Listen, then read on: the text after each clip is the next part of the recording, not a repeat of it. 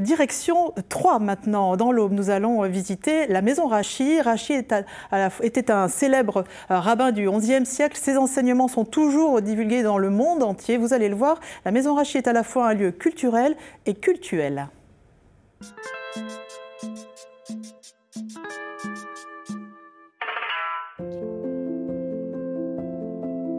La maison Rachi s'appelle comme ça parce que ça fait référence au personnage de Rachi, qui était l'un des exégètes les plus importants de la Bible et du Talmud. C'est quelqu'un qui est vraiment très connu dans le judaïsme. Et il est né à Troyes, donc c'est sa ville natale. On est dans un bâtiment qui a été construit, on estime, entre le XVIe et le XVIIe siècle.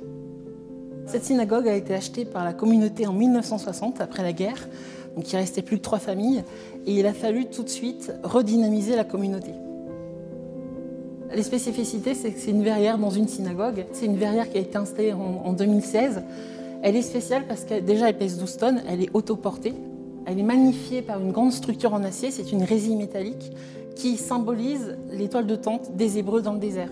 C'est la seule synagogue du département et il faut compter entre 120 et 160 familles. Donc c'est la seule synagogue à leur disposition.